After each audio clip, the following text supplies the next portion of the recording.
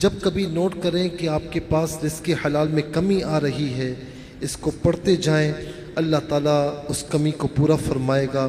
اور جب کسی کام میں رزق حلال کے معاملات میں آپ بالکل پھنس رہے ہوں، اسے پڑھیں، اللہ تعالیٰ غیب سے آپ کو رزق حلال عطا فرمائے گا۔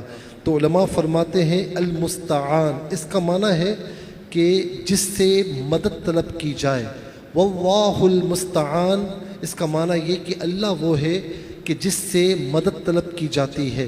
واللہ المستعان فجر کے بعد، عصر کے بعد اور عشاء کے بعد 33 مرتبہ پڑھیں، اول آخر 3 بار درود شریف کے ساتھ۔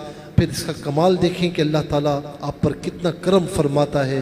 نمازوں کی پابندی رکھیں اور 3 نمازوں کے بعد، فجر، عصر اور عشاء کے بعد اسے 33 مرتبہ پڑھیں، اول آخر 3 بار درود شریف کے ساتھ۔ اللہ تعالیٰ سب کو رزق حلال کی فراوانی نصیب فرمائے۔